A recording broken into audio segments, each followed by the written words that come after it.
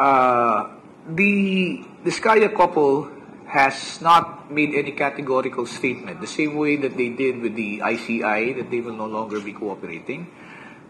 Here in the Department of Justice, there were discussions earlier with the Diskaya couple, but as far as we are concerned, we are not dependent on what the Diskayas have to say or have to offer. We can proceed with whatever investigation we believe we can go on with, and we will just await if they do decide to come back and come up with a statement that they will be having the department evaluate for purposes of determining whether they qualify as state witnesses or not. Well, sabi ko nga, wala pang categorical na pag-uurong tulad ng ginawa nila sa ICI, so open pa naman din, no, ang department. Hindi nga lang kami hindi maaring gumalaw dahil sa hindi sila nagpupunta rito. Pagpapatuloy pa rin namin yung aming mga ginagawang investigasyon, yung ginagawang investigasyon ng NBI, para lang nang sa ganon, tawag nito, hindi tayo nakasalalay lamang sa testimonya or so kung ano man yung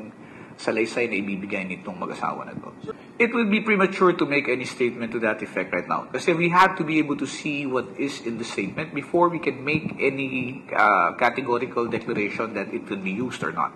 So, ang proseso kasi niyan is kung merong salaysay na ibibigay, ito po ipapakita at titingnan ng ating mga prosecutors na assigned sa kaso, i-evaluate nila, titingnan kung ito ay maaaring magamit or merong relevance sa kung ano pa mang kaso na nakasampa na sa ngayon.